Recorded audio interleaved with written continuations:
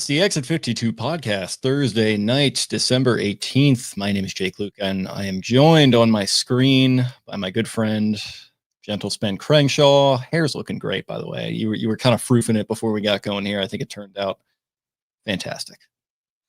Thanks. Got a little too fluffy. Just used a hairdryer on it and had to wet it down a little bit for all you sickos and sickettes out there tuning in with us, and for those watching on YouTube later.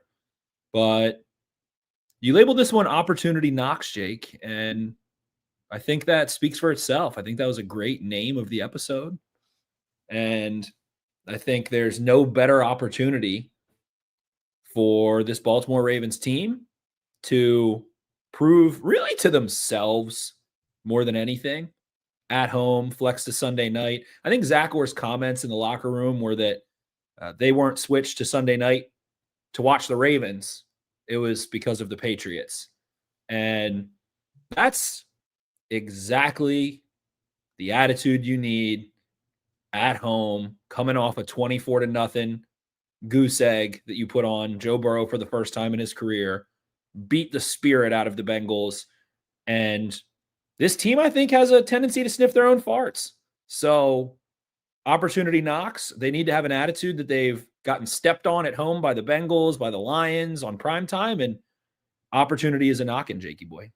Yeah, it's funny that you bring up the home record there, as we've got literally teeing me up. We've got my guy Taylor in the comments here who is saying if we lose another home primetime game, I might vomit. And I was going to bring him up and his just apoplexy, just totally, just completely off the rails, off the, going to the mattresses over John Harbaugh's reaction to, I think, Jonas Schaefer's question and his media availability earlier in the week about the home record. And John kind of, shrugging his shoulders a little bit and kind of just like brushing it off like, oh, it's just kind of things happen the way they happen and whatever. But, we got a great opportunity in front of us, another way to use that term. And I think Taylor was right to be a little bit like, what are we doing here, man? Like, why can't we just phrase this a little bit differently? Why can't we just manage some of the PR crises that we see around this team sometimes? I like John's fire. I'll give him that. I wish we saw more of it at times. I would just say not directed at a journalist who is just stating an objective fact that you guys have been pretty shitty at home for a franchise that takes pride in not being that way. And tell you what, great opportunity for some redemption here as my push notifications, Jags extend Jacoby Myers. Thank you for breaking into the podcast ESPN push notification to tell me about the Jacoby Myers extension that happened like 2 hours ago. I don't know about your push notifications. Mine are just completely off the rails now. Oh my God. I would say even worse is my subscription coupon text list. And I've said stop. I've replied stop to dozens and dozens, and I still get 20 a day. I never even bought anything from half of them, and it's my own fault. I have no one to blame but myself. So that push notification, I used to really try to police my push notifications. Now, just tell me. Just tell me everything that's happening at all times. I have no control. I am in a wasted space of random apps that I have telling me things, and I don't care anymore. I have Slack turned on my phone. That I have every notification for every Slack channel that I'm in turned on as well, and that one just reigns over me like a constant blanket of atmosphere, and I don't care. I have it that way, and it's fine. I don't care anymore. Yeah, my favorite is the Microsoft Teams. I have that on my phone, and obviously I'll have my phone with me when I'm working. So like when I get a Teams, notification, they both just kind of blow up in my face, both on the computer and on the phone. And I'm like, maybe I should like turn the ringer off on the phone when I'm sitting here. Just a thought, but that's you just unrelated little rant here. But they just push notifications it's out of control, and I don't know. Somebody needs to do something. Someone does need to do something. And speaking of someone needing to do something. It is the Ravens' last home game of the year. They need to do something. And I have some things we'll get into. But, yeah, just kind of looking back at the home schedule, I mean, I think this is the most home games they've lost in a season already. I don't think they've ever lost more than 5. I think it's tied. I might be mistaken there. I don't know. Maybe that 5-11 team. Who knows? They've had a couple stinkers over the years. And maybe it's M&T Bank Stadium and blah, blah, blah, blah, whatever. Someone go check that for me. But Lions, tough loss at home. Texans, they were down 8 defensive starters, and Lamar at that point just got the snot beaten out of him. Rams got some defensive guys back, rush into Huntley. I'll give them those. It's really the pain point is really the last two home games. So our Bengals Steelers in the division, holiday game. Those things were awry. And the Bengals game is really the one I'll look to of the great failure of this Ravens season. And the season's not over, and the season might not be a failure. And especially considering where they were at 1-5, things like that. And again, expectations are the kryptonite to your own mind, Superman. This is a team that you and I both, and many people nationally, locally, all over the globe or nation, I maybe should say, thought would be a real hardcore Super Bowl contender. And looked it for 3 quarters, and it was the first 3 quarters of the season. And since then, have they looked like a Super Bowl contender? I mean, last week, maybe you can argue a little bit, but the Bengals are out of the playoff picture. So it's a great time for the Ravens to right some of those wrongs. And again, I'll just say it like more to themselves. I feel like there's a lot of negative, and maybe it's just our purview of Twitter and whatever the fuck Twitter's become, a goblin, a ghoul. It's worse than ever before. Maybe just the longer you stay on, the worse you think about it. But I think there's maybe some deliberate reasons, that it's gotten worse. But yeah, I think you're probably onto something with both aspects. Sure. And I think it's very negative. And I think the Ravens probably have a little bit of us versus them, and them might be like the local media and fans in degrees. I mean, guys are cussing Daniel Falele out at the stadium, all kinds of stuff. And that's good. Those are the things that galvanize us against them. Like that is the common thread among all sports, especially at the professional level and the major college level. It is us against them. They, the omnipotent they, the illustrious they in ways are against us. And I think the Ravens responded well. Like that home loss on Thanksgiving was awful. So they took that and rolled it up into a fucking pile of knuckles and punched the Bengals in the mouth with it, which was cool. So they were pissed off. You can see Kyle Hamilton was pissed off. Dre Jones talked about it, who has taken a quick like podium leadership role in this team. You mentioned the push notifications for the Jaguars extending to Jacoby Myers. Why not Dre Jones? Why not see if you can ink that gentleman to a little something who's got some piss and vinegar that we've been wanting to see in a room where Kyle Van Noy's really old and you got some young guys and could use some fortification up front overall. So a great opportunity. All that to say, a great opportunity to go beat an 11-win team and reignite yourself, reignite a fan base. Watch out for the Ravens, the dark horse, 8-7. If they can beat Pittsburgh, that'll be, I'm sure. If the Ravens can win this game, I'm sure. I can hear Kyle Brandt on Good Morning Football, which I haven't watched in 4 years, but I see the clips. I can hear exactly his words, and Kay Adams on her show and whoever the hell else is out there in the frequencies. But I'm excited. This is the most exciting game of the season thus far, and I'm hopeful. You've been on a big kick against the mainstream media this year. You're calling them out for this. You're going after them about the glazing the Bengals a little bit. Bengals pissed me off, man, because it's, and I don't even watch any. Like, I seriously do not put on any ESPN. I watch Scott Van Pelt on there. I'll very occasionally go to Sleep to Sports Center.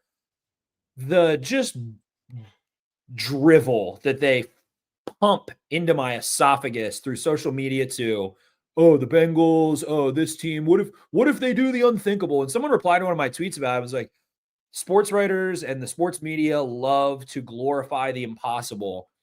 And to me, that ruins when it really happens. Like, is anything great or special or sacred if all you ever do is anticipate it? Like, can we just focus on the main contenders a little bit? I understand you want to draw in other markets, things like that, but it was like, good Lord, man. The Vikings, I said about the Vikings, and look where the Vikings are before this year. It's like, oh, what? The Vikings, are they going to be a Super Bowl contender? It's like, no, they have a fucking rookie quarterback.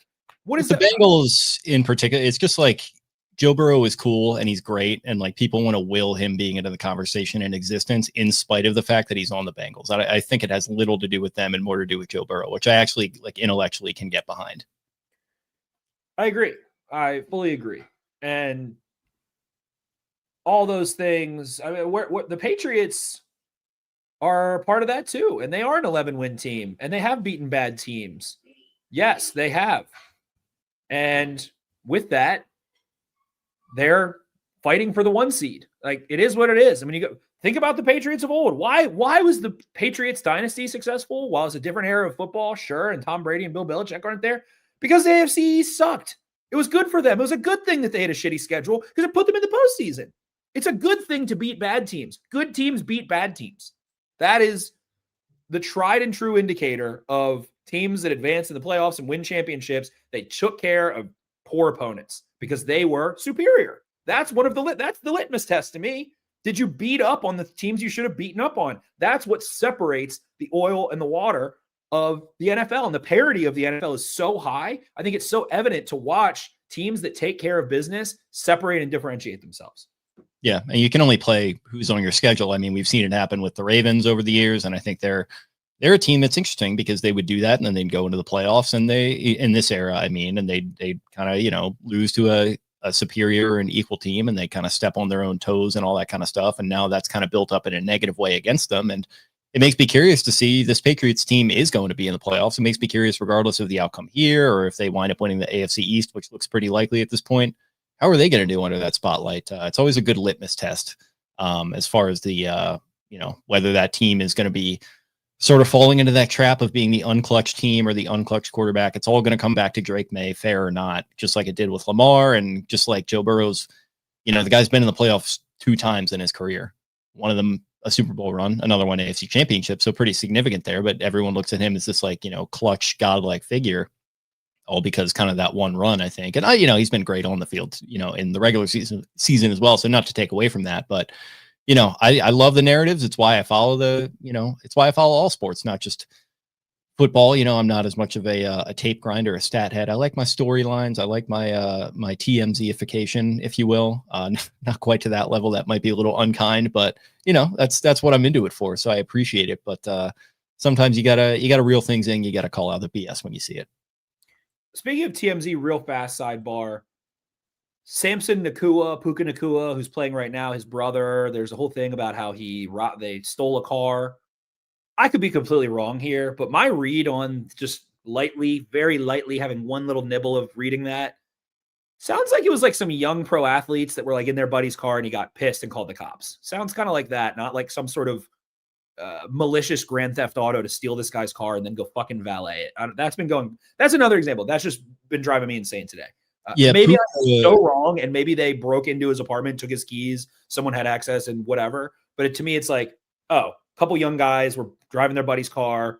He didn't tell them they could or keep it out that long or keep it for that long, gets pissed, calls the cops, da-da-da-da-da. Why would they go valet it? They thought it was cool, and young kids do dumb shit. Yeah, Puka in the news for some unsavory reasons of his own too. The other day, which is weird to see. Also, a video of him walking to a basketball game, holding a beer, and somebody yells "Go Ravens" at him, and he says "Ravens suck." I'm like, well, that's uncalled for. Might have been Raiders. I couldn't tell. I think it was Ravens. I was like, all right, Puka, I see how it is. I want to root for the Rams. They suck. They beat the Ravens 17-3. He's probably yeah, I get it. He got his bell rung in that game too. I think he got knocked out for a bit, right? He did. Marlon Humphrey fell on him and knocked him out. Him and Kyle Hamilton, the offensive and defensive mirror images of each other in many ways. So all that to say, and to tie back to the Patriots a little bit though, all right, the Patriots, hot young team, win a lot of games. Let's say they do win the division. Let's say they go get the 2 seed. I think it's probably the highest probability outcome right now with the layout. And the Broncos, another example, another hot young team with a second-year quarterback, and who did predict them to get to 1 seed. I will say that maybe redeeming myself a little bit for that Giant Super Bowl pick a couple years ago. And I think, if I'm not mistaken, didn't you pick the Broncos to not win a game last year? Or was that 2 years ago? Yeah. Yes. I'm going to toot my own horn in that regard. I recognize that I was just straight up fucking wrong. I went from 0-17 to 1 seed in the AFC in my preseason prediction. So, and I love that. Every time we do that, we have to massively qualify every year we do that. Hey guys, I know some of this shit's going to sound weird, but I'm telling you, if you go through the schedule game by game, it's going to look a lot different than just predicting a record. I have a ticket somewhere with Broncos winning the AFC West, Panthers winning the NFC South, Patriots winning the AFC East, except I think I have a stinker. I think I have Lions on it or something like that. That's probably not going to hit, but We were hot to trot on a couple of those. But this is what I'll say, though, and here's where it goes, and here's where we've seen the Ravens go. Talking about the Patriots, and we'll get into this game, but we've seen the Patriots beat up on these bad teams. Maybe they beat the Ravens, maybe not. Maybe they end up with 13, 14 wins. Who knows? Whatever. Win the AFC East. And let's say they do go fall flat and lose a playoff game because, again, good teams usually make the playoffs and good teams are hard to beat. And that's what separates I'll say the Eagles and the Chiefs of this era of football, of being great and truly great and winning their conference repetitively, because it is so hard to beat good teams 3 or 4 times in a row. So the whole whirlwind circus, where it starts and stops, is always just tough, and we blow in the wind of it in terms of the narratives and all those things. But like you said, that's why you love it. That's why I love it. It's fun to talk about. We are talking about it, and that's why I think people tune in to talk about these kinds of things a bit, among other topics. So what are your thoughts on Big Drake Maye? I've really grown on him. I will be honest. I was a little skeptical heading into this year. I thought he looked, good at times last year on a losing team, but again, low expectations. He's not really playing for anything. I think it's not easy for a quarterback to develop in that environment, but he wasn't exactly in Cam Ward's situation. I think there was a little more talent around him, but his traits showed through and all that. I think I got a little turned off. I love my Simmons. I listen to my Portnoy here and there. And it felt like I talk about wish casting with Joe Burrow. It felt like this immediate wish casting of Patriots fans being like, oh, well, this is just how it always is. Like you get a quarterback and then all of a sudden you're back and you're winning 12 games and you're in the Super Bowl every year. And I was like, I could not wait to see them fall flat on their face. Looks like that's not going to be the case here. I don't know if this guy's going to be the next Tom Brady, but it looks like he's going to take his place among the top 10 of quarterbacks at the very least. So I've been impressed. He looks bigger in the NFL than I feel like he did at North Carolina, which you don't always see that happen. I enjoy that. Yeah, exactly. He looks mature. He doesn't look harried or rattled. And he's got I talk about the aliens at quarterback. He's not quite that, but he's also man, you looked at how they were winning games with Mac Jones, who was pretty solid as a rookie, obviously, but it just fell off. And I think he was a little bit limited traits wise. I think Maye is a traitsy, toolsy kind of guy. And when you can bring a guy like that in and he's got the mental game, which is just always the thing you can never predict and is what makes or breaks quarterbacks and largely organizations who stake their reputations on quarterbacks. When you combine those two things, then like I said, probably top 10, maybe even something higher than that. So I've been very impressed this year. And also he's not working with amazing weapons either. Stephon Diggs is still pretty good, obviously, but he's getting up there in age, a little long in the tooth.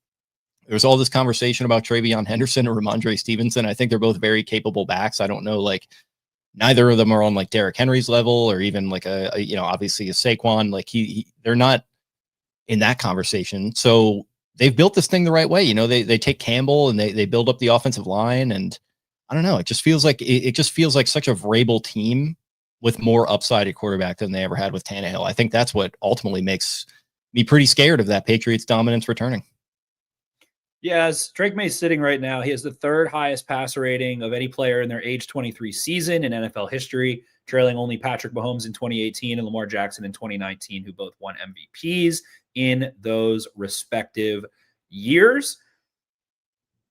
Drake Maye has attempted at least 30 passes 7 times this season prior to the Patriots' Week 15 loss, had done so in 4 straight games, averaging 33 attempts per game. The Ravens have faced the 4th most pass attempts in 2025 and allow the 7th most passing yards to 33, which is a good number. If you face the 4th most attempts and allow the 7th most yards, you're doing a little bit better in that essence. Some other interesting things that Drake Maye has completed 67% of his pass attempts against the blitz, 4th highest in the NFL. 1,216 yards when facing 5+ pass rushers is the 3rd most in the league. His 11 touchdowns are ranked for the 5th most. He has thrown 11 touchdowns and no picks against the blitz. Stafford and Goff, the only other qualified quarterbacks to do so. Stafford playing right now, going into this game, has 27 touchdowns and no picks against the blitz. Maye has been blitzed at the 10th highest rate in the NFL this season. And the Ravens don't blitz very much. They only send extra rushers on 24.7% of dropbacks. That is the 11th lowest figure in the NFL. From a clean pocket, he has been pretty damn good, completing 76.8% of his passes. He is the only quarterback in the NFL to rank inside the top 5 in completion rate in both clean pocket and when pressured. He completes 58.1% when pressured, which is 4th in the league. Very impressive overall. Just a lot of these numbers we're looking at. Likes to throw the ball over the middle of the field. Likes big Hunter Henry in the middle there. Likes Stephon Diggs on in-breakers. He's targeted outside receivers, the 13th lowest rate, but has the sixth most yards and second most touchdowns when doing so. He has scrambled on 10.1% of his dropbacks this year. Third in the NFL behind only Justin Fields and Jackson Dart. And Drake Maye has had his bell rung a couple times this year. He has gained the fourth most yards on scrambles while converting the second most first downs. Definitely a scramble to first down guy after watching on tape. Something I've found as well via PFF is that he has the second fastest time to scramble in the NFL, meaning how long from the snap does it take him to take off? I think it was 3.77 seconds, which is quick. He is tucking that thing after one read a lot of the time. That tells me. And when we go look at the scramble number, where exactly was it? Another interesting thing here. So guy holds the ball. He basically runs or holds the ball more than anyone in the NFL. He has Caleb Williams up there too. He has had 63.9% of his dropbacks be long dropbacks with 2.5 seconds or more. That's where he's done most of his damage. He actually averages 10.3 yards per attempt when he holds the ball for more than 2.5 seconds, according to PFF, which is second in the NFL to Sam Darnold. His grade is second in the NFL to Matthew Stafford when holding the ball in that regard. Not a lot of quick game, relatively speaking. Aaron Rodgers leads the NFL with 55.8% of his dropbacks in quick game. Drake Maye is 20% lower. Only Caleb Williams lower. Again, 35.9% of the time he is getting the ball out in less than 2.5 seconds. And that scramble number, 4.78. Only Justin Herbert scrambles quicker. And I do see a lot of Justin Herbert in him. I do see a lot of Justin Herbert in him in the frame, in the fact that they are big old white boys that have big old arms and they like to push the ball downfield sometimes. They scramble, not really to hurt you, but to move the chains. But moving the chains a lot does in turn hurt you. So I see a lot of similarities in their game overall. And I'll say this, the Ravens have been damn good. We'll get into the Ravens a little bit more, but Ravens have been damn good this year at just being sticky in coverage, man. They have actually surrendered the lowest completion percentage, the least amount of touchdowns, only one, and a litany of other categories when thrown into tight coverage. They have been really good. I think of that Bengals stand in the Thanksgiving game where it was 3 straight incompletions that they forced Kyle Hamilton getting off the field on 4th down. The Ravens are playing fucking coverage. They hit the Bengals last week, but the prior couple weeks, man, not a lot of pass rush and sticky coverage. There have not been a lot of blown assignments. Nate Wiggins has been flies on shut your mouth, to quote that LeBron James commercial for Nike a few years ago. And I think this matchup is a really, really interesting one overall. I don't think Maye is the kind of quarterback that has torched the Ravens. We'll see, though. Yeah, we're going to figure it out. 362 yards rushing. That's pretty solid through this point in the season for a quarterback that is not run first. Kayshon Boutte actually looking really good as like kind of a wide receiver 2 type. I remember him being that kind of little hype bunny sleeper 6th-round pick type guy out of LSU, I believe it was, 511 yards, 6 touchdowns, which is a team leader there for them, I think, in terms of receiving. So they spread the ball around a little bit. They got Mac Hollins in the mix, who's just one of the more annoying, like pest-like players in the NFL. With his time in Buffalo, I think going back to Philly, and now he's like doing the whole Mac Hollins thing there in New England. Love my Bernie Mac pumpkin pie reference here from Dwayne Lucas in the chat. Appreciate you. And yeah, it just feels like I'm going to keep coming back to this term. They just feel like a very balanced team. Their front 7, I know we'll get to the defense eventually, but I mean, they're just like a bunch of hitters up there. That feels very Vrabel to me. And it just feels like independent of a superstar, they have a lot of just guys that are playing like stars at the very least. And I think Maye is certainly one of them. And like I said, he could vault himself into another category here. If not by the end of the season, then probably by next. And I don't know, I'm anxious to see how that plays out against the Ravens defense. Like you said, hitting a lot. And what I was impressed by last week, and I feel like this probably should be a little bit more of a prerequisite, but they have not shown the ability to do it, especially against Aaron Rodgers of all people, was actually finishing the hit against the quarterback, finishing the strike. They get Burrow down a couple of times. when in some of those same situations, you had Aaron fucking Rodgers ducking them out and, juking them and running for a touchdown. You can do that against Joe Burrow. I feel like you should be able to do that against Drake Maye. And when you mentioned the fact that if he's not scrambling, he's holding the ball, I think that sets up well for a guy like a Dre Jones. It sets up well for a Tavius Robinson, who's more of a physical presence. And maybe Mike Green can get in there and finish one again, too. That would be nice to see. Drake Maye, not a wiggly guy, and got a little bit of strength to him. But that's how he kind of reminds me of Herbert. I think Herbert can cut on you. He likes to cut across the face in the open field a bit. Maye is just Maye's just fast. He's like Daniel Jones as a runner. I feel like a little more light and natural footed than that, but he's just got high end top speed. He can boot out and just take off and go move the chains and maybe go rattle off, an explosive run here or there, things like that. So those are all pertinent points, and a lot of talk in the media this week. I can't even remember now who was asked first. Todd Monken was talking about it today. Several quarterbacks been talking about it, but the progression versus the coverage-based reads, like going through a full progression as opposed to reading coverage and splitting a side of the field and like high-lowing or in and out, like inside leverage, outside leverage, option stuff, a little bit more like that, been a big marker. And I think that Drake Maye is doing a lot of coverage-based. It was Kirk Cousins. Yep, that's who got it started. Thank you in the chat, Easy 4948. I think Drake Maye is doing a good bit more coverage-based progression from what I see on tape. They do every single team has both. And that's what Justin Herbert was saying. We have both. We like both. We're good at both. If you're not, then you're a rookie quarterback who is not winning games. Like you're inoperable. It means you can't adapt to the game if you're really stuck in one of the two, to me. But I think it's a little bit more coverage based. Ravens disguise a lot of coverage. The Ravens rush for a lot, disguise a lot of coverage. And I had a comment in the chat here. I mean, I really think this is the potential of how far the Ravens can go is entirely up to Kyle Hamilton's ability. And we saw Tavius Robinson and Dre Jones get pressures, able to stunt some things like that. To me, it's really how creative can you get with Kyle Hamilton through the end of the year as a pass rusher? One of the next gen stats that I stumbled upon that you're going to love, Jakey boy, for your boy Kyle. Where was it? Kyle Hamilton.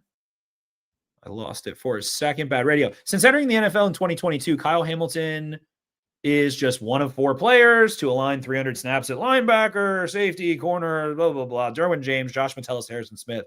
In the details, it said Hamilton has been incredibly effective rushing the passer in his career. Since 2022, he has generated a 29.2 pressure rate. That is the highest in the NFL since entering the league of all players. He is the most efficient pass rusher in the NFL with a minimum threshold of 150 pass rushes since he entered the league. I hope to God that other GMs see that and they think, oh, positionless football, and they like learn all the wrong lessons and they like try to take guys like that. But there's only one guy like that. I'm going to tell you that right now. And he's wearing number 14 and he plays for the Ravens. There's a small handful that are truly like that. And Isaiah Simmons, right? He was supposed to be like that. He was kind of the proto version of this, and it didn't work out. Probably more so because, again, GMs taking the wrong lessons and coaches not knowing how to use them and maybe just not being on the same page. I think part of it, and you hear, and I always call Hamilton a dumb jock because he fucking is. But everybody Ravens could use some more of those, by the way. Everybody knows someone who is a dumb jock, but also was in AP classes when you were in high school and also just magically was like a math whiz. Kyle Hamilton, I think, is a Mensa level IQ, if I'm not mistaken. I think he's in Mensa. And I think the difference is that I think he's just smarter. I think this stuff is like, football is chess. And I play a lot of chess and I'm not that great at it and I'm not that smart. I think Kyle Hamilton, the chess of it just makes sense to him way, way more. Like Derwin James is a player that does a lot of those things really well. And Duggar, who the Patriots traded to the Steelers, was maybe not as effective on the back end, but was able to do some of those things. And was another really effective pass rusher that they got rid of. So the Notre Dame education here, Dwayne Lucas says, 1943. Yeah, so the Notre Dame difference. And I know that brings a smile to your face, Jake. Yeah, you love to see that. And obviously everything's above board and everyone's behaving very well and definitely not pouty at my, my not exactly my alma mater, but my alma mater in spirit. They're your big team favorite. Like I do have someone. Yeah, exactly. If I had to pick them, it's a lot like being Catholic. I didn't necessarily choose it. I was born into it, and it makes me feel bad in a lot of ways, but that's just the way that it is. I think that resonates with a lot of people. Over the Kyle Hamilton only rushed the passer 3 times in Cincy, 2 times against Pittsburgh, 5 times against Cincy before, against Minnesota, Miami, Cleveland, Chicago. That stretch where the Ravens defense was really balling. He was rushing the passer at least 6 times. Has not generated a pressure since week 11. He has been banged up a little bit. But I would like to put Kyle Hamilton in Drake Maye's face. He has been the Ravens have been, I had another next gen stat. They allow 2.7 yards per carry when he's aligned as a linebacker. Pardon me, it's 3.5. With Kyle Hamilton aligned as a linebacker, the Ravens allowed 3.5 yards per carry. That ranks as the lowest yards per carry in the league. However, when he's aligned at high safety, the Ravens allow 5.4 yards per carry, which would be the 3rd highest. He's lined up as a linebacker 26.5% of snaps. So the Ravens have been damn good against the run. Really, the last 2 games have been awesome. Bengals got them a little bit the week prior. And this Patriots defense is soft in the run game, and this Patriots offense is beat up. I think this run game overall is going to be the story of this game on Sunday night. The Ravens threw, I want to say Lamar was sacked 3 times. I think they had 15 dropbacks last week in total.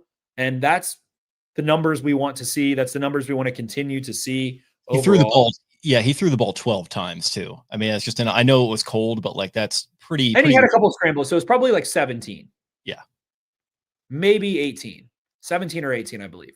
Which I think that's their ideal zone, especially in the cold, like you just said. I think that's a great spot for them to be. But this Michael Onwenu is a absolute fucking hammer on this offensive line. But Will Campbell is out, who is really aggressive. He's been replaced. He was kind of up and down in pass pro. His replacement's been kind of up and down as well. The center, Garrett Bradbury, not a people mover. So it's that right side. It is Onwenu, and it is former Raven Morgan Moses, who I think the Ravens would really love to have this entire time. Everyone talks about Kevin Zeitler. Morgan Moses has done nothing but continue to be a really solid right tackle since departing Baltimore and prior to his time in Baltimore. So that right side's a little more dangerous. We saw Travion Henderson break a couple long runs off, things like that.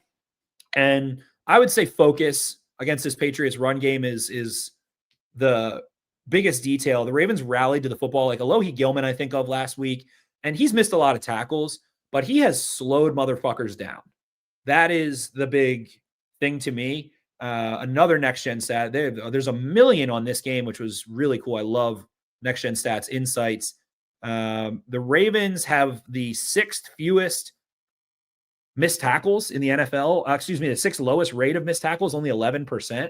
However, when they miss a tackle, they allow 6.7 extra yards per mixed tackle, which is the 4th lowest figure in the NFL, to only the Bills, who the Patriots just ran all over, the Bengals and the Titans. So I think they've done a much better job the last few weeks in that regard. I think they've tied guys up. I don't think there's been mega yak plays after a missed tackle in a couple weeks, but I think rallying to the football in this one and parlaying that physicality that you had against Cincinnati, like Jake, last week it was, hey, we had a really hard Friday practice. We had to win that game, and we did. Roquan Smith missed time this week. Ronnie Stanley missed time this week.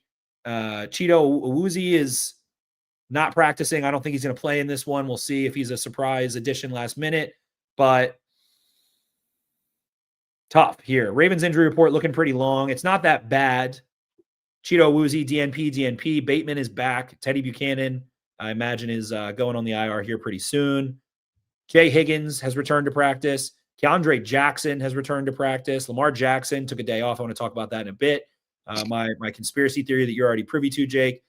Tyler Linderbaum was limited today. Really, it's Ronnie Stanley, DNP and limited. Kyle Van Noy, DNP and limited.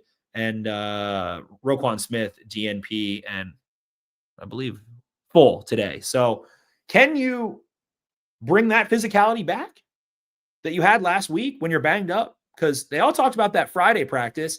is it a good idea to have a physical Friday practice after you just played that game in the cold and everybody got beat up? I would say, yeah, and maybe he'll lose a body, but I think the physicality has to be there against this Patriots team that I don't know. I think their DBs are physical. I don't think their front seven's that physical in the run game. And maybe I'll regret saying that. It's a Vrabel team. I don't think they're the Titans. I don't think they got Jeffrey Simmons in there. Christian Barmore is a pass rusher. Milton Williams is a pass rusher first. Milton Williams is a good player, but I don't really. The linebackers are Spillane, who's he's playing well, and the other linebacker's name is escaping me, but yeah, like they're there. But I don't see this being an overwhelming defense physically, and the offense is beaten up on the front there. So I think the way that this Ravens team has to advance is parlaying that physicality, Jake. Yeah, no, I agree. And as far as your, point about, do you go hard tomorrow, Friday, for your, last practice before this one? I'd probably agree and say, yeah, like go. Like this game is balls to the wall. Like you got to throw it. This is a kitchen sink game. I love my kitchen sink games. That's what this is to me. Like, do you really want to not go hard? And do you really want to not take this lightly? Do you want to lose 6 home games this season? Do you want to lose this game and potentially have to go into Green Bay and win to make week 18 matter? Like, this is it, man. Like everybody's got to get on board. This is Mad Max Fury Road. Like it's time. And guess what? If you win this game, that Packers game doesn't matter. That's what I'm saying. Like if you win this, it's a Woozy, it's a Fugazi, I need to rewatch that. The tragic passing of Rob Reiner. He's so good in that movie. Man, $31,000 sides. Hello. Oh yes. Hello. Righto, Gene. Righto. Who the hell calls at 10 o'clock at night? Did I miss the show? Oh, who is he? Who is he? Who is they? Who is they? Oh God. That's some of the best stuff. All of that amazing. But that to me, it's like, hey, win this game, you rest. Lamar can get rest. And I'm going back here. I'm gonna say I was thinking about not saying it. Let's go. We're gonna bust it out. The same old trick, the same old pony here. You're not on YouTube. Having been kind of brief to the situation here, I don't think this one is as tinfoil hat as the other one, but you could go ahead and throw it on there for novelty's sake. We're going back. I'm a one-trick pony these days. Lamar misses practice again, and I'll say this. I've been sober for a while. I think that's why my brain's really going deep. And I've been having an easy little time on the booze. We'll probably partake this weekend before the game, but my mind's going crazy, and I just can't stop thinking, like, Lamar missing practice. Harbaugh says he's got flu symptoms, and then Lamar comes in, he's like, it was a rest day. Why are those two things not the same? Because I think both of them are a lie. I think it's been a lie. I think that Lamar Jackson, there's all these, we were watching the game. Ooh, next gen sets. Oh, Lamar, he was averaging 15.8 miles per hour on carries last year. And over the last 4 games, he's been averaging 11.8 miles per carry. But the last 2 weeks, he's been back up to 15. Then again, I'm going to, for the 15th time this episode, I love you, next gen stats, reference Lamar Jackson. I tweeted this one earlier, but Lamar Jackson has had 22 designed runs this year and has forced 0 missed carries, missed tackles, 0 missed tackles. He has 41 attempts lower than his previous career low and 184 yards less than his career low in 2023. Has not forced a missed tackle. From 2018 to 2024, he led all quarterbacks in yards on design rushes, second to Jalen Hurts in 1 season out of the last 7 seasons. He had 3,500 yards on those design rushes, which were 2,100 more than the next closest. And his 104 missed tackles forced on design runs were 60 more than the next closest. So if you're listening to this podcast, you're a big Ravens fan, I'd probably assume, and probably know all of that. But the weird part to me is that the speed is back. Lamar averaged 15.52 miles per hour on his rushing attempts before week 4. Since returning in week 9, he's averaged just 11.95 miles per hour, a drop of 3.57 miles per hour. He's recorded only 5 explosive runs over that span on 40 carries compared to 10 explosive runs on 21 carries. So it went from 50% explosive run rate to 12.5 after he returned from injury. He maxed out at just 19.39 miles per hour as a ball carrier, which would be his lowest. That I harp on a little bit. To me, all of these stats and numbers to say his speed has come back, but he's not making anyone miss. Why is he not making anyone miss? That's why I have my tinfoil hat on. I think Lamar Jackson has a torn PCL. I think he has a grade 2 tear in his PCL. Now, Spenny MD, Chat GPT, MD, WebMD, MD, Mad Dog 2020, 360, 355. This is where it gets a little dicey, but continue. I'm just trying to look up. It wasn't just Chat GPT, but I'm trying to look up as much as I can about PCLs because I recall he injured his PCL in 2021 against the Broncos. That's what ended that season when he took that hit. He landed on his knee and it was his PCL and he couldn't come back. And a PCL is not an ACL. It is important. It's posterior. It's like the outside. The ACL connects inside across. The PCL is like vertical outside, I believe. Yes, that is exactly correct. And all the research I did was trying to be sports explosive, NFL, football, just explosive in general, specific. I was going down a real wormhole today. Effectively, when you tear your PCL, the fibula, you're unable to kind of slide your fibula back under yourself. And what that correlates to is that you're unable to stop, pull the e-brake, to decelerate. What is Lamar Jackson? That's all ligament stuff. As somebody who's gone through it, like you can get up to top speed. Like I've experienced it myself. You can get back up to top speed pretty easily, but it is the stability. You can feel it sometimes, and you can feel your knee move around. Like it's really scary. Like when you're trying to cut and trying to make somebody miss in football, for example. It's that, and then B, it's the confidence like goes away that like your knee is going to hold, and so like that's probably part of it too. The mental aspect. Yeah. And the confidence of it, certainly. So then I'm getting into it, and it's like, okay, so that means he could, like you just said, you can still get up to top speed. And he is up to top speed again. Now, did he have a hamstring injury? Yes. I think the reason for the top speed was the hamstring. But I think the reason for the hamstring was that his chain in that leg was weakened. So the hamstring then overworks and eventually pulls. Hamstrings typically are a result of overworking over time. It's a lot of small tears. The small tears turn into bigger tears over time. I think he was trying to play on that PCL, and I think that PCL has been an issue for a while. And I think it's maybe not a grade 3. I'm going to guess grade 2. But some of the other impacts to it, I think the most interesting one, a reason I'm really dead set on PCL with my tinfoil hat on right now, is it would really affect his plant leg and ability to drive the football. And I don't have a number on it. Next Gen Stats, please come save me. You've given me so much for this episode alone and many episodes. But I went back through tape, just was like watching Lamar Jackson passes. I don't really see him driving the ball like 4-seam fastball. I'm going to fit this fucker in there, and my guy's going to get his hands on it, and he might drop it. And he's been doing that a lot in Todd Monken's offense. That's been a huge, but really forever. But really in Todd Monken's offense, his ability to drive the football over the middle of the field, I think is what made him the best. Layer it, change arm slots, but also the fastball, the 40% of the pitches or 60% of the pitches was, I'm going to fit this fucker in there and no one's going to be able to pick it off. And I don't see that on tape. I think that is limited in his pass game. I think in the run game, he can't cut. He can't decelerate. He's sliding. He's going down. He can run away from you. He's trying to run away more. He's running out of bounds. It's not making you miss. Why is he not practicing on Wednesdays? Because I think the PCL can heal decently on its own. It is not the same deal as the ACL and is major, and it can heal to a degree. There's scar tissue build up, blah, blah, blah, blah, blah, blah. Don't need to talk about all that. But they're trying to load manage it. I think it hurts. I think Jake, to your point, has lost confidence in it a little bit. I think he's just, after load management, after missing time, getting that PCL confidence, that confidence in the knee a little bit back.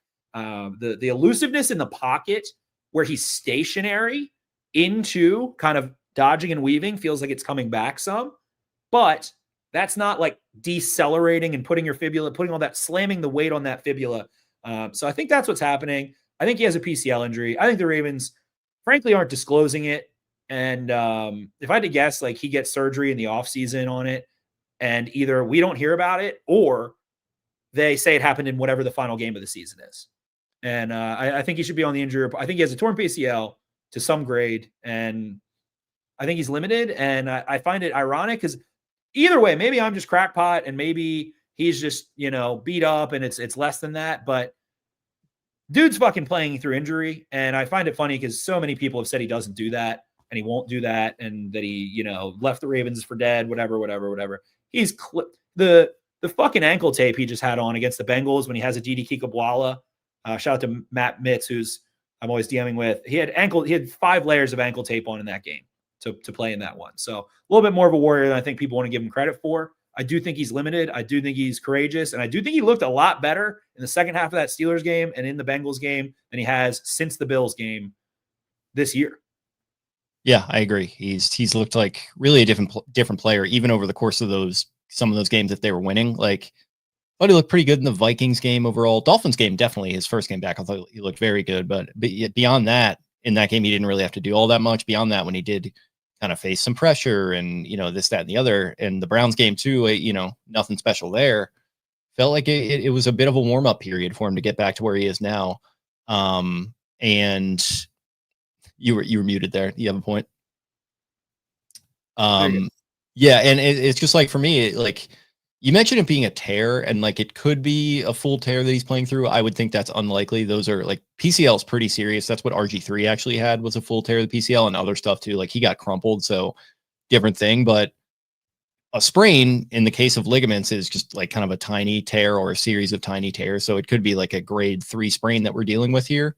If in fact that is the case, that wouldn't shock me at all. And in that case, he probably wouldn't need surgery. I don't think sprains tend to heal themselves. When you get a full tear, that does not heal itself. So you would have to get surgery to go and get that done. It's not like, I don't know if people know the difference with like ligaments and muscles, like or a break, I should say, like when you have a break, that will heal itself. When you have a tear, that's not going to heal itself. You do have to get that surgically corrected. So yeah, if I had to kind of go down with you on this conspiracy lane, I would say you're probably looking at a pretty significant sprain. And like, that's just like, as soon as the season's over, you just put your feet up and you forget about this season for a while, and you do some rice, and you get some heat in there, mix some heat in, and you just rest for a couple of months. And I think that would be okay. But yeah, none of these outcomes would shock me. And it's all just to say, back to your point, that everyone like calling out his missing practices and people from outside the fan base saying, oh, he quit, and, trying to just drive their agendas and their narratives or whatever. It's all just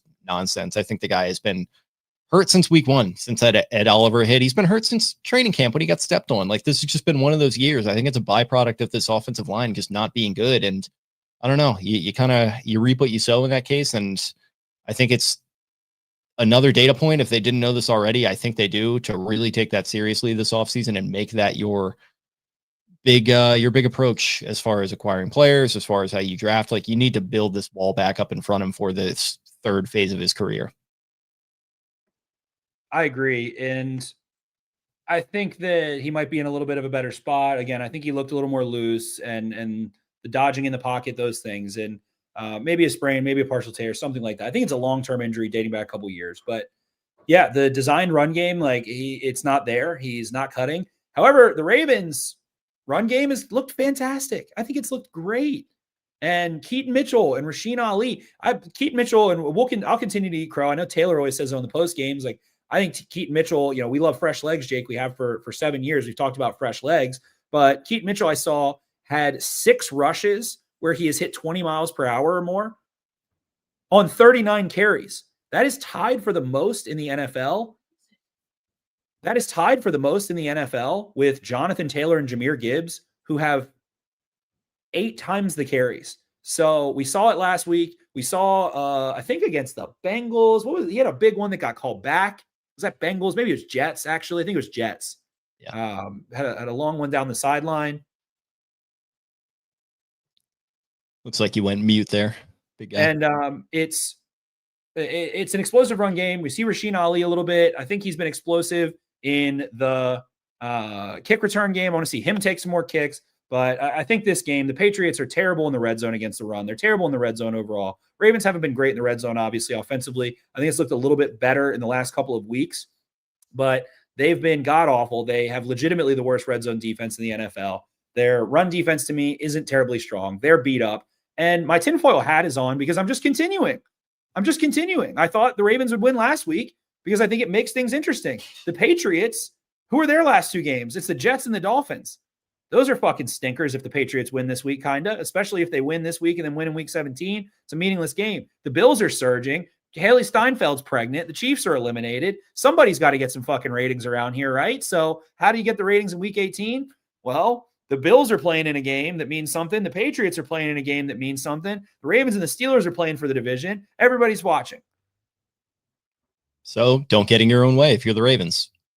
You could have, you wouldn't have even really had to worry about all this if you hadn't done that against the Bengals on Thanksgiving night. Like, I agree. And it's not turning the ball over. It's running the football. It's Tractor Cito at home in prime time, which they neglected against the Bengals. Why did you lose your last primetime home game?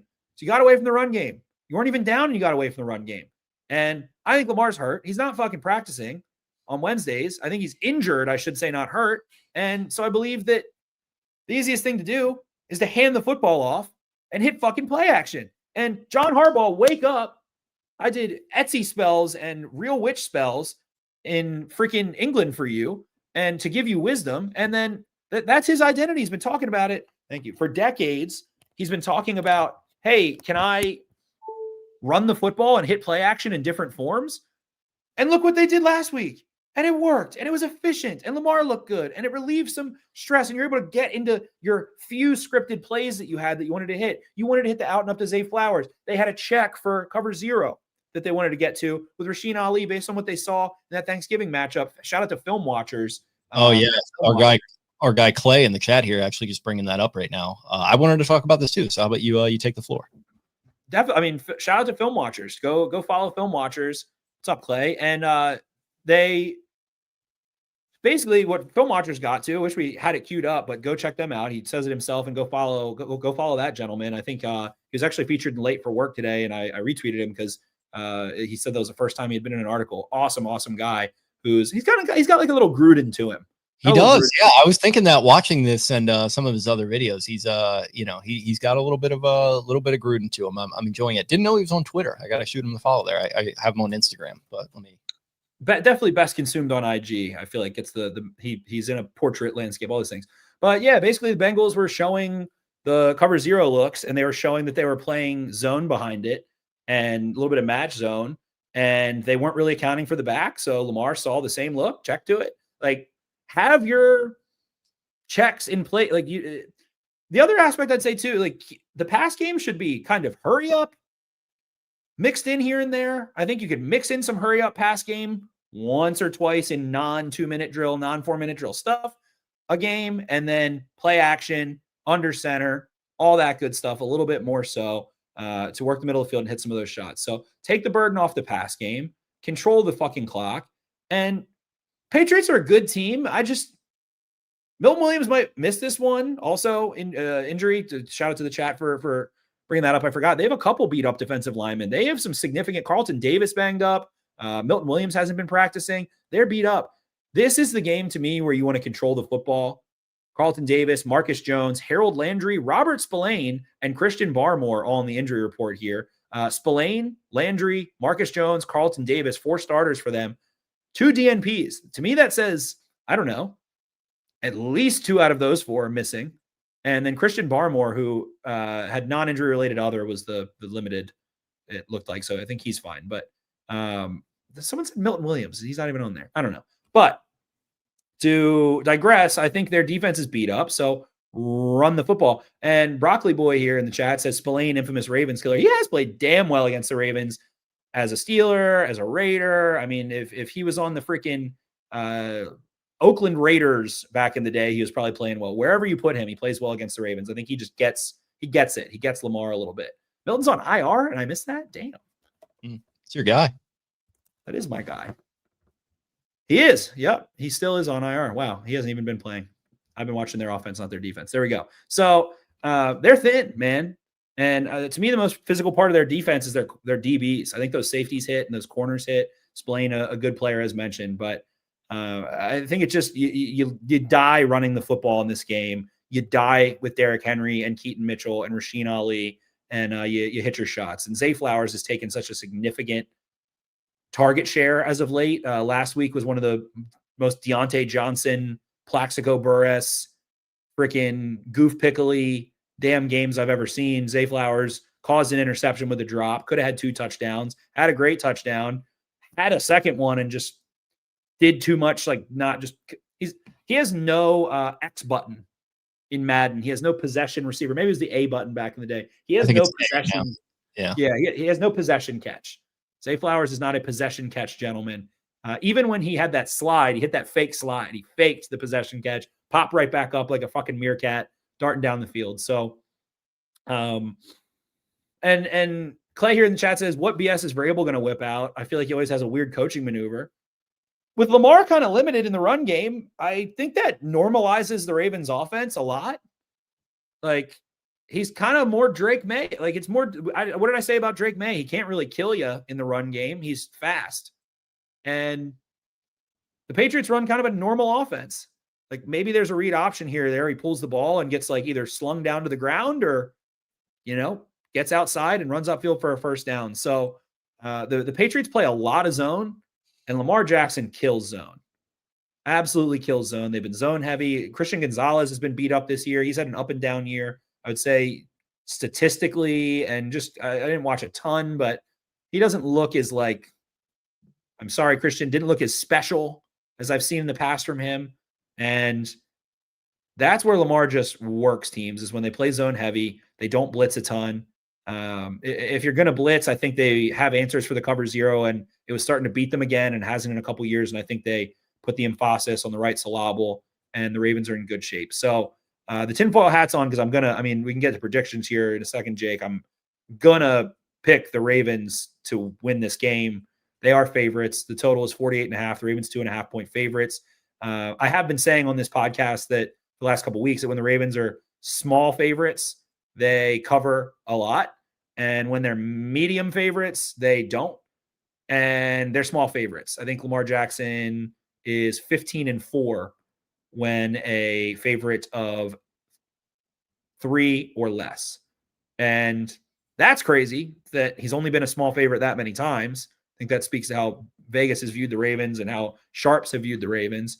But I don't know, man. I think you can run the football on this team. I think they stink in the red zone. I think that their offense relies a lot on deep balls, and I think you're good against deep balls. And I think their run game is going to get you a little bit. I'm not surprised to see the Patriots run for 4.5, 5 yards a carry. I think that's the danger in this game. When you and Morgan Moses and the tight ends, they can run some power and impose their will a bit. I think that's where it could maybe get a little scary at times and maybe press you to have to throw the ball and score. Patriots a good offense, but I think the stars line up. I think the NFL wants it. If there are powers that be for the tinfoil, the aliens can't come get my brain because I've got a blocker on. And I don't know, man. I just see the Ravens backs against the wall, us against them, galvanized. Lamar's looking frisky, running the ball well, all those things. I think that win last week was fucking huge at this point in the season. And I don't know what's going to happen in week 18, but I think we're going to see Ravens Steelers death match, full tilt. And I think that comes by way of the Ravens beating the Patriots right now. And I think that gets a whole slew of media talking points going this week. So I'll take Ravens scored in the 20s, 29, 20, 27, Patriots 22, 27-22. Final prediction there.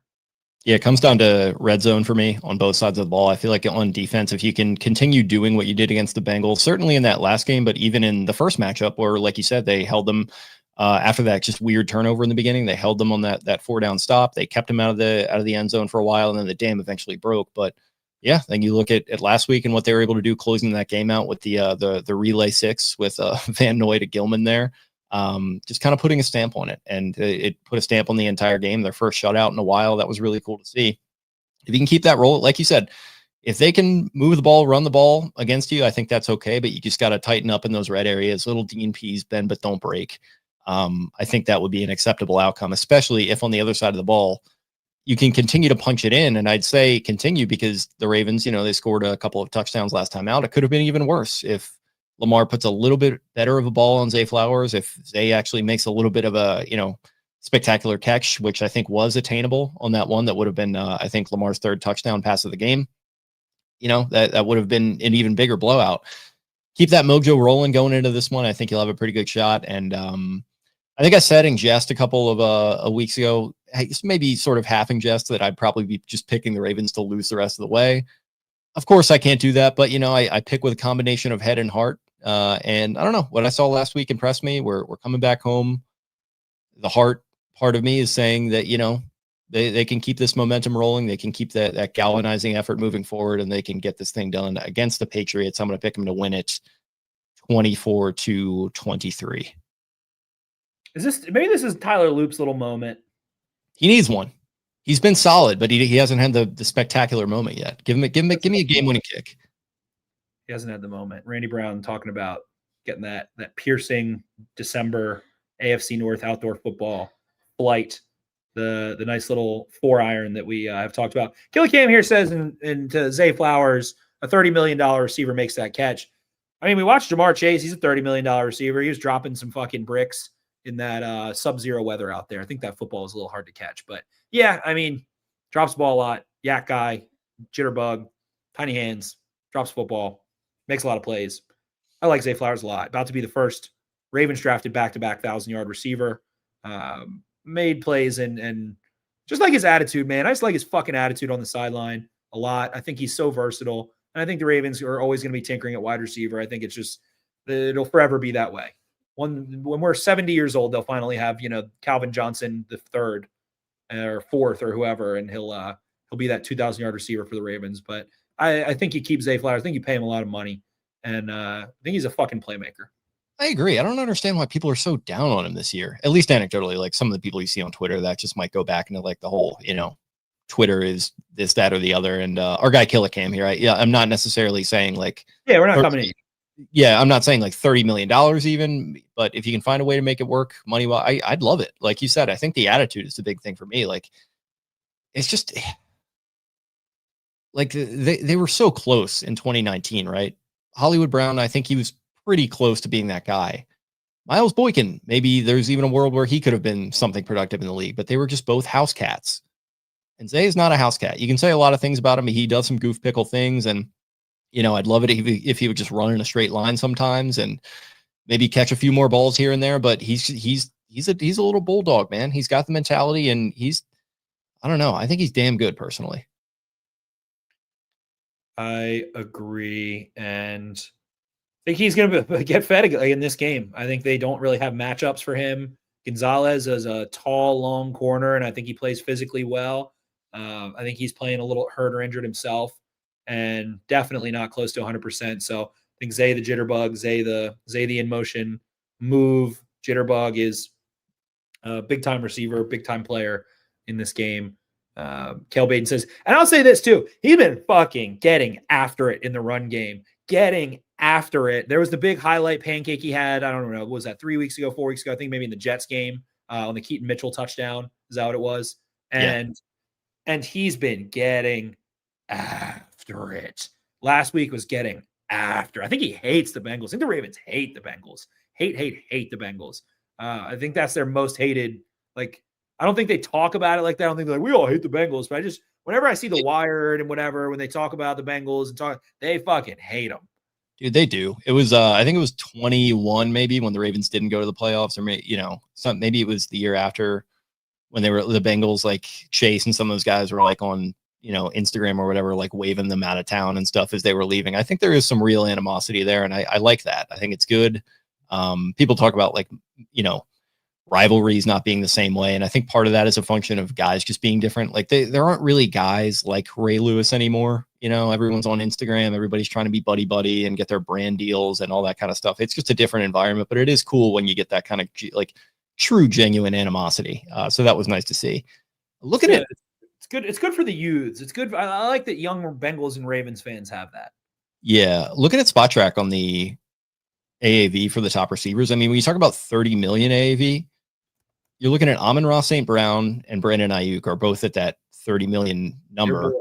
Exactly. And like, maybe that's a bad data point for me, but it's, those are the two guys that you're talking about at 30 million. Just below that, 27.5 with DJ Moore. I think DJ Moore and Zay Flowers pretty comparable. T. Higgins actually 28.7. That's looking like a really good contract. If he can just kind of find a way to stay healthy, get back from that concussion. But that's kind of the territory you're talking about right there. And I might not even be looking at this exactly in a row here, because I'm seeing some below that too. Like Ty Hill is 30 million still, and then you've got Terry McLaurin at 32. So that just kind of feels like the going rate at this point. And like, would I be okay with some of those guys in that contract? Yeah. And do I feel like they're that much better than Zay Flowers? No. So Terry McLaurin, I think, is like around the impact that Zay Flowers makes. Yeah. They're very different players. Jackson's, me, I always like the over the cap valuations. They have Jackson Smith and Jigba, who I would say is the best wide receiver in the NFL this year, at 31 million valuation based on a combination of his box score stats, his snaps, his PFF grade. Jamar Chase, 26 million. They have Zay Flowers at 20 million on the dot there. But those guys all get paid more, right? Like the market continues, and paying them today is cheaper tomorrow. Yada, yada, yada, yada. All those things.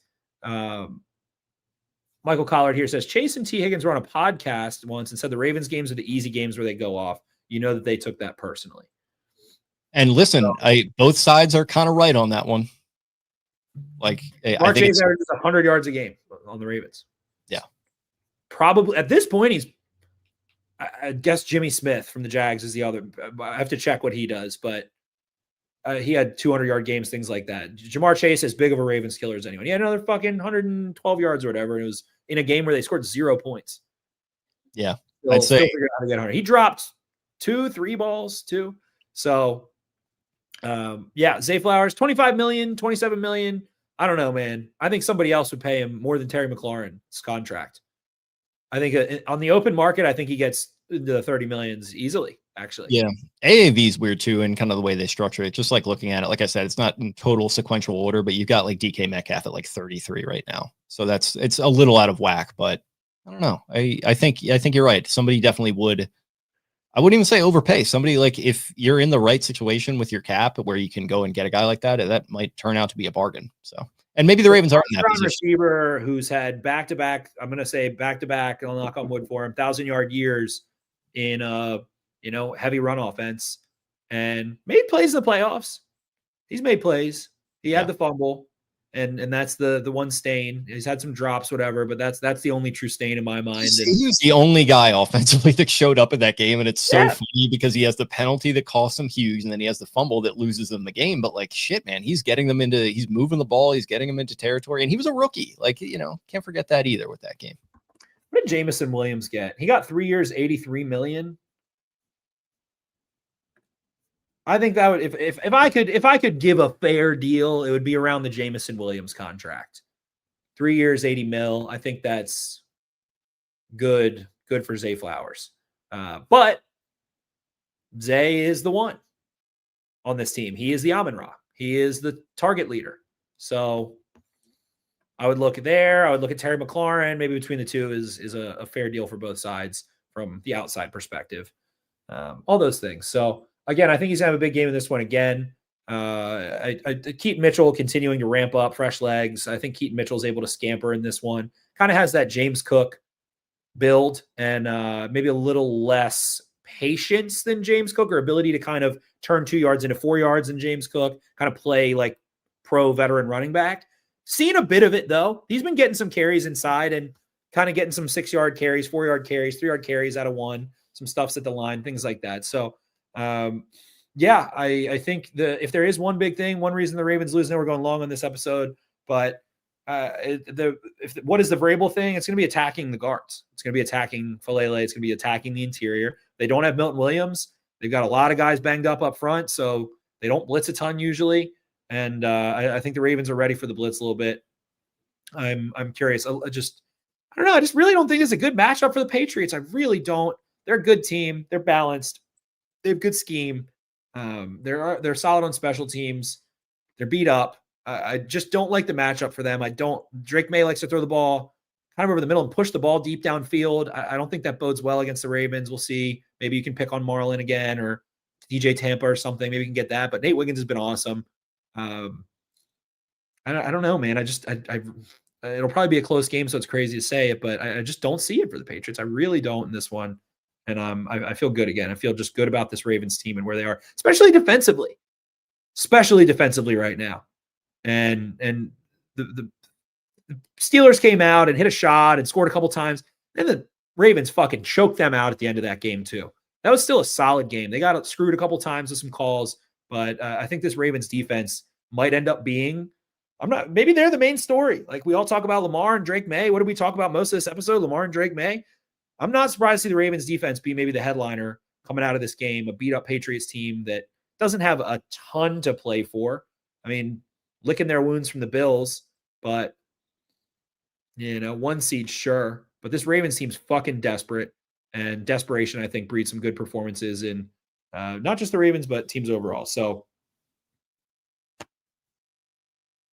Adam Rank picked the Patriots. I will say that. He's been nailing the Ravens games for a while this year. I think he's picked like 9 out of the last 10 right. I've been looking at him. He's usually the big contrarian. That's where he's scary. It's when everybody but Adam Rank picks your team. I'd be curious to see what kind of the consensus is across the pickers. Obviously the Ravens line more in their favor, and then it's been moving more in their favor. Be curious to see what the panel we get on Sunday night. Oh, Sunday night, waiting all day for Sunday night. My guys, Coach Rodney, the Clapper, Florio sitting on the desk a mile away from the set. You got Maria. I'm going to see who everyone picks. Very excited.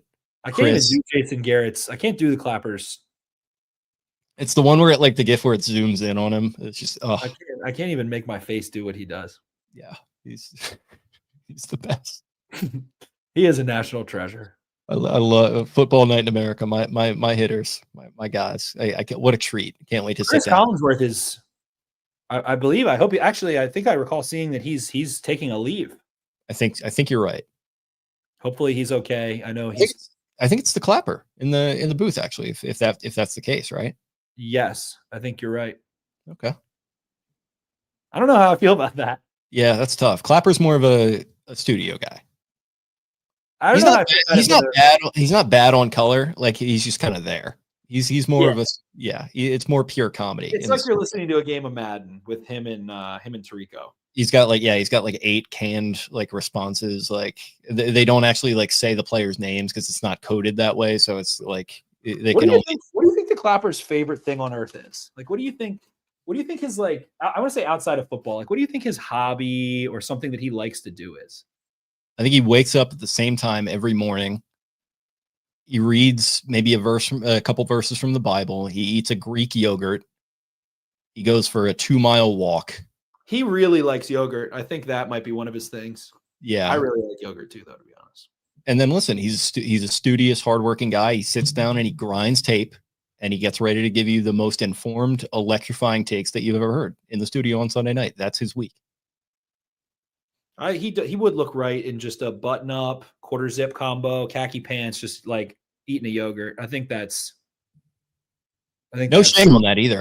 No. That's a good life. That's a good life. Some granola in there. Throw that in. That's a solid breakfast from time to time. I think that's on the spot on. I think you nailed that one. Shout out to the Clapper. Hope Chris Collinsworth is okay. I know some people hate him, some people love him. I think he's funny. He annoys me sometimes. I think he annoys everyone a little bit sometimes, but everybody loves Chris Collinsworth. I think he's a genuine good guy. Not that I've met him, but I never really got on the Collinsworth hate train. He never everyone's like, oh, he hates my team. It's does he? He never says. He's one of the more inoffensive commentators of all the guys. Especially if you look around now, Troy has just leaned into total fuck it mode. I'm just gonna say whatever is on my mind, almost to the point of leaning too far in the direction of criticizing people, which is great too. But with Chris, it's just I don't know, it's just kind of hanging with your buddy or an uncle or something like that. He's had a couple of pops. It's a holiday. He's thrown in a couple zingers here and there, and maybe once in a while he throws something insightful out there. I think his knowledge of the game is a little slept on. It is. It is. I don't know.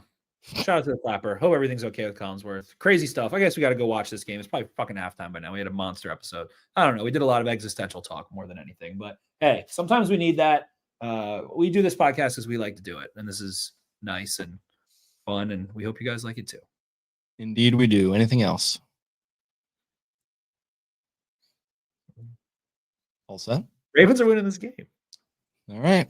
I hope you're right. I hope I did not go back on my promise of picking against them just to have them shiv me in the back as we head into the great Christmas holiday here. But we'll certainly see what happens, and we will be there to break it all down for you guys on Sunday night. Thank you all for tuning in and hanging with us. We appreciate everyone hanging with us in the live chat, everyone listening after the fact. If you liked what you saw, subscribe to us here on YouTube, like the video, comment on it, get the algorithm flowing for it. Leave a comment what you think is going to happen in this game, what you thought of the pod here, anything else on your mind. We appreciate you all very much. If you liked what you heard, find us on social media as well at Exit52 Podcast on X and on Instagram. You can also find us personally on X at Jake Louque. That's Louque. Spenny is at Ravens 4 Dummies. That is a number 4. Brian is at Barstool Banks. Taylor at Taylor Smith 10. Eric at EDITTI 22. In the meantime, we'll talk to you. Epstein files out tomorrow. See ya. Yeah, we'll see about that. Arrivederci.